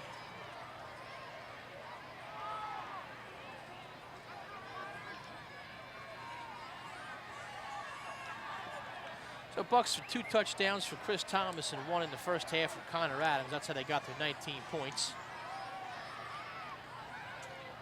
And Wells looking to run. Holding play on the holding flag. Wells with a big run. He's still on his feet actually, past midfield all the way down to the 42-yard line, but it's all coming back as there's a piece of laundry on the field at the 21-yard line. And talk about a gut punch if you're Sussex Central. Wells with the biggest play of the night for the Golden Knights, and it's going to come back.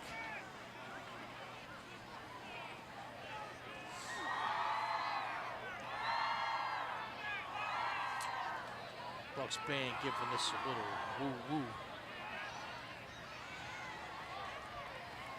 How about we get the beat down? Huh? It's the 4th quarter. We got the lead. How about a 6.5-minute version to get the beat down?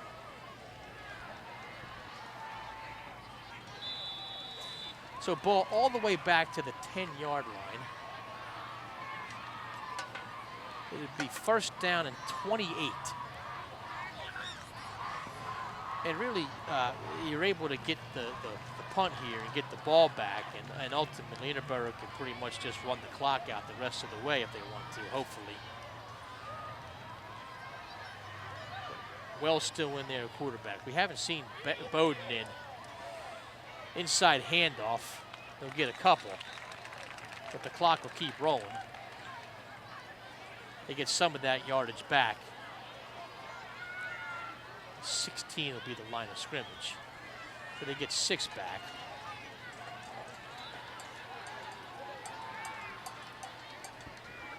Second and 22 as we go under 5.5 to play in this 4th and final quarter. No sense of urgency whatsoever in the huddle. Not that they might not have a hurry up package or Maybe they just waving the white flag. I don't know, but they are not in any hurry. And I think they should be. Wells to pass right through the hands, number 15. Mark Tolson's done a nice job on defense, but that ball was there. Wells threw it to him, and it should have been caught, and it wasn't. It may not have gone for a whole lot, but it would have been some positive yardage, and it's hands on hips time if we William Wells, the quarterback. And as I said, we haven't seen Brady Bowden, the other quarterback, at all. Actually, he does trot out onto the field, so we wonder if there won't be some trickery here. He is lined up as a wide receiver, and we'll see what they do. It's going to be a pitch out. It does go to Bowden. Ball on the ground. He picks it up, and that's exactly what they were looking to do. Is they were going to run a reverse and let Bowden throw it, but it was doomed from the start. As first of all, the Interboro defensive line penetrated into the backfield, and Bowden, as soon as he touched the ball, dropped it. He did pick it up very alertly and maintained possession, but the ball was back 3rd and 28. Sussex really has no choice but to punt it away. Good job by me recognizing the backup quarterback on the field. Once again, proving I'm the right man for the job. Punting out of the end zone. Jordan Dorman, the punter. The Bucs would be wise just to lay off and not touch him. And the Bucs return men would be wise to just let it bounce out of bounds, and that's what they do. 31 or 32 will be where they will start, and really, if the Bucs, they can just take the good old time here. Dive right, dive left, chew up the remaining 4 minutes and 3 seconds, and improve to 2-1 with Penn Charter next week.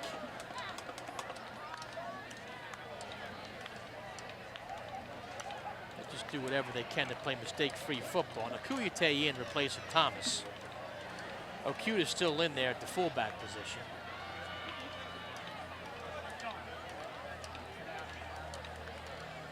I don't see Shaw on the bench, so they could be moving Okuda out wide. I don't know. We'll wait and see in a second. Shaw is on the bench. There has been a confirmed Lamar Shaw sighting. He's right there in front of Coach D'Esposito. Defensive coach will take a back seat here. His unit did their job. And the pitch out to Kuyate. Kuyate has a wall, although there's a flag down. He'll get down to about the 11-yard line. But the flag on the play could very well be a hold. This could very well come back. So, unfortunately, Khalid Kuyate's nice run is going to be negated. It did chew 8 seconds off the clock, and actually, in some ways, to tell you the truth, it may be a little bit better for Interboro because they had the ball from the 40. If they can get 1 first down, really, this game should be licked. Although it is going to be a little bit more difficult now. It'll be first down at 17. 2 timeouts remaining for Sussex Central. We'll see if they decide to take those timeouts. I guess it'll depend on if they can make a quick stop for no gain here.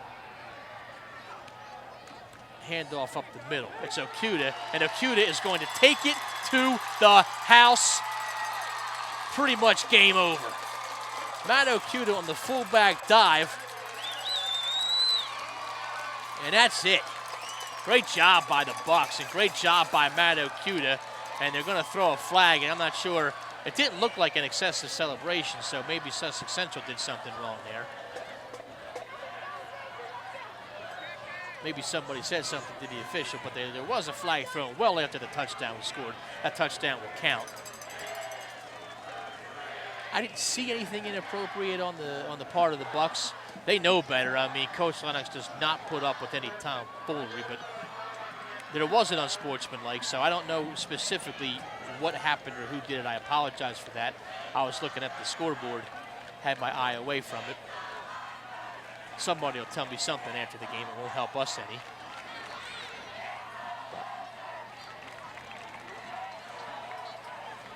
Now, the rules in high school regarding unsportsmanlike conduct, to be quite honest with you, they're really not given a lot of latitude in what they're supposed to do. I mean, I guess they're supposed to turn around and hand the ball to the ref. You know, I guess they can jump up and down, they can high five and stuff like that. But anything outside of that, and the sad thing is, I mean, I don't think he turned around and said anything to anybody. You know, you have a kid scores his first varsity touchdown, breaks a big play, and they throw a flag. Now, I don't know what happened, so I'm not going to get on the ref. Ravert's extra point is good, making it 26-6. But, I mean, I don't think Okuda or anybody else is the type of kid that, you know, have like an in-your-face move. I mean, hey, listen, I mean, earlier in the game, one of the Sussex Central players made a tackle behind the line of scrimmage and got up and did the old, like, not in my house kind of sign. No flag there, so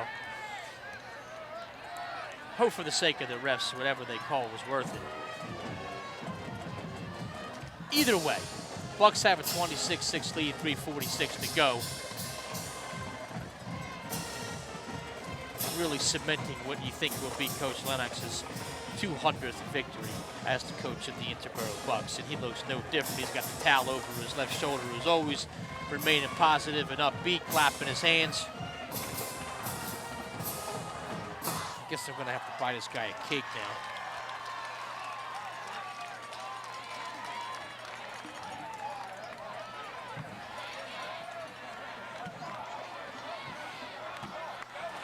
Remember, folks, you can follow not only the Interboro football team, but all Interboro sports on Twitter at GoBucksSports.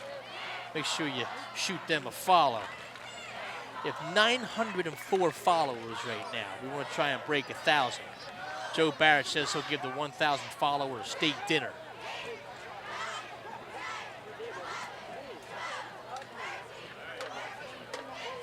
Ravert, the Sussex Central opted to take that 15-yard penalty on the kickoff, so he'll kick off from the 25-yard line instead of the 40.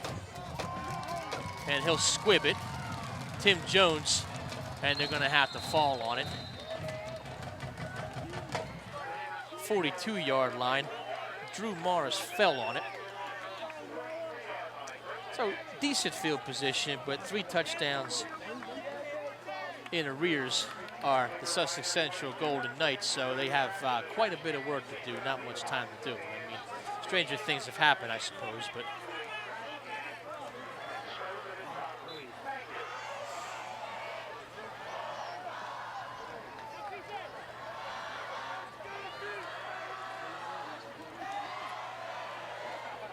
given to the man in motion, Knox. Knox still on his feet, first down. Crosses midfield, gets down to the 43-yard line.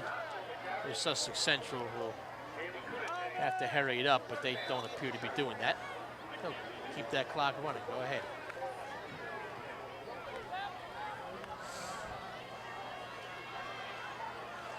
.44 the line of scrimmage. And it's Sturgis, who's gotten a lot of carries, a lot of touches tonight. He'll get touched by the Interboro defensive line behind the line of scrimmage. And on the play, number 78, Noah Nickel also. We haven't called his name, but he's in there. And what they've been, now Pattinson's still out there. No, he's not still out there. There is some different defenders out there. So we'll try and set that lineup. There are a couple of different individuals out there. Bucks have a 20-point lead with under 3 to go, so we'll try and call their names. Sturgis. Connor Adams is still out there. We'll set the defense now. Number 81, Shane Beckwith. Number 83, Matt McMullen.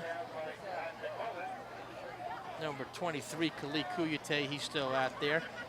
Number 15, Danny Call. Brett McLaughlin still out there, number 50, getting some snaps on the defensive side. Number 56, John Keeney. His dad was a good ball player for the Interboro Bucks back in the day. We'll get the rest of those guys on the field in a second. Chamberlain's still out there. Chamberlain comes off the block and is able to get in the way of the running back. So he'll get credit for the tackle, him and Brett McLaughlin, two guys who do get a fair amount of playing time with the first unit. You'll see Paff come in, replacing number 20, Chris Thomas. So what you have out there really is a hybrid of first and second teamers on the defensive side of the football. And with a 20-point lead this late in the game, they really have the luxury of doing that. So you haven't had a full-scale emptying of the benches yet. Nonetheless, these young men are out there playing, and we want to give them credit. Tolson with the catch and a first down for Sussex Central. Good job. Hits him in stride, and really there hasn't been a lot to celebrate on the side of Sussex Central in the passing game, but a good job there as Tolson gets the first down to 24, under 2 minutes.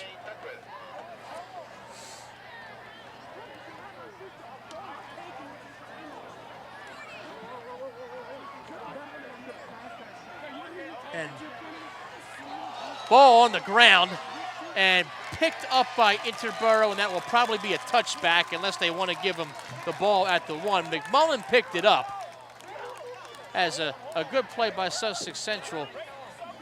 Ends in a fumble, and Interboro will, I believe, get possession. I don't know if they're going to say he rolled into the end zone or whatever, but it should be their ball.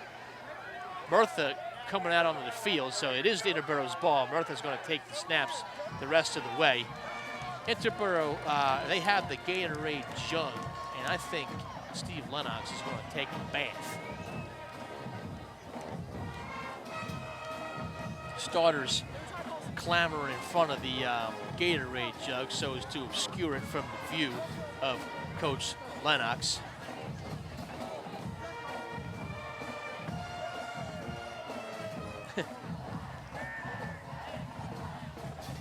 So Murtha, the new quarterback, and they're going to give him the ball on the 3-yard line, so says the scoreboard, but that scoreboard is wrong.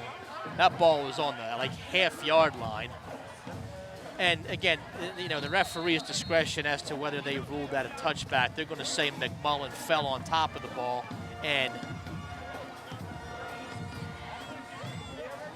rolled into the end zone, hence the touchback. So timeout on the field. I don't know who called the timeout. I know. Looks like we did. The Interboro did. Steve Lennox did. All right. My man Manny Obesame, another student of mine, is going to trot out there and play a little bit of offensive line. Manny, a good-sized kid, 6'1", 235 he's listed. An impressive-looking kid. I have him in class, and he looks really put together. Spent a lot of time in the weight room, I think. And he's a guy that we may be looking for next year as an offensive lineman. Noah Nickel also in there at offensive line. 15, Danny Call, he's listed as a wide receiver. Mac Mullen in there, also listed as a receiver. Actually, a tight end is Mac Mullen. So, second team in there for the most part. You see number 24, Nick Ewing.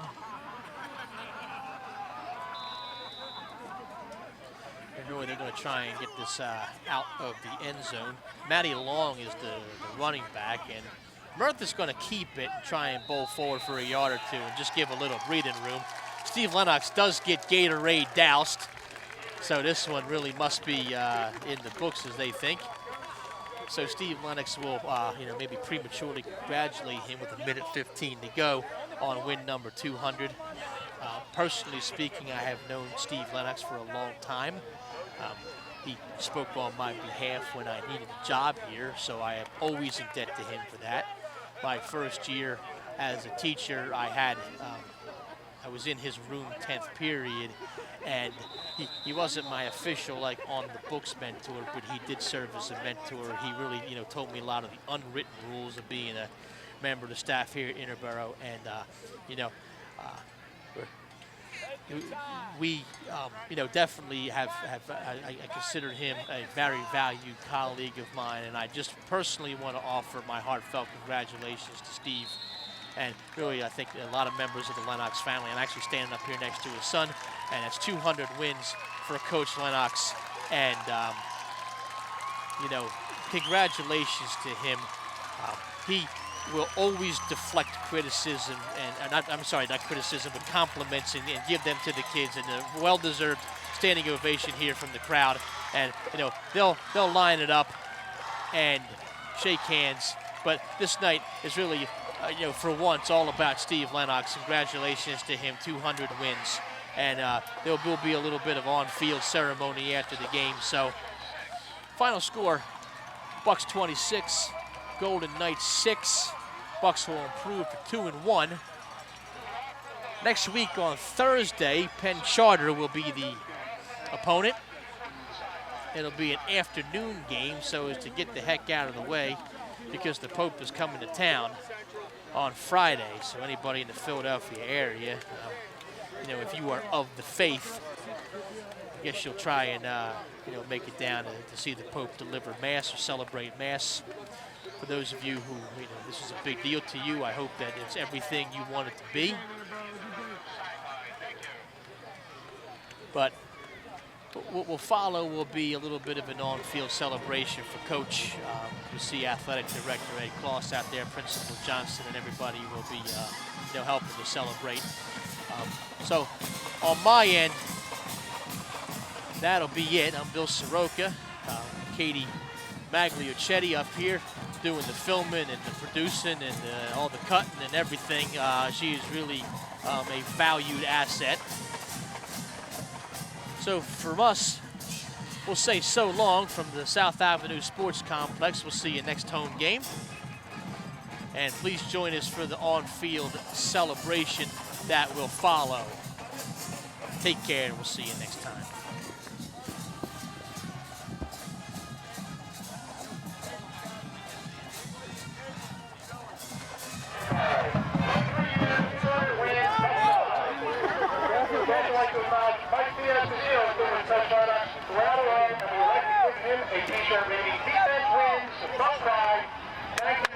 Congratulations, Steve Lennox. Thank you.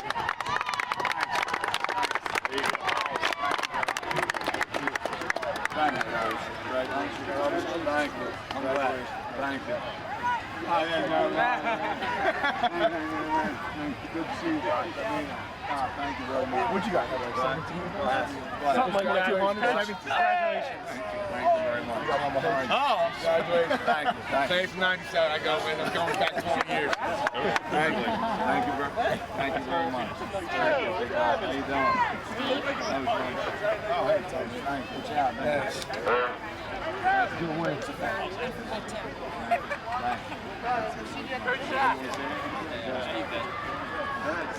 got to do it.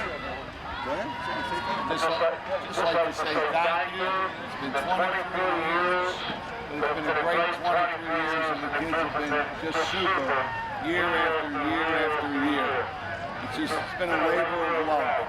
And the community has been great, the support, the auxiliary, the boosters, the administration, the support that the administration has given me has just been super. My coaching staff has just been outstanding through the years. Just been a very lucky guy. The good Lord has truly blessed me. Listen, thank you. Let's go home, all right? Thank you very much. Hey, superstar! He said, don't go nowhere, he's coming back. Don't go away.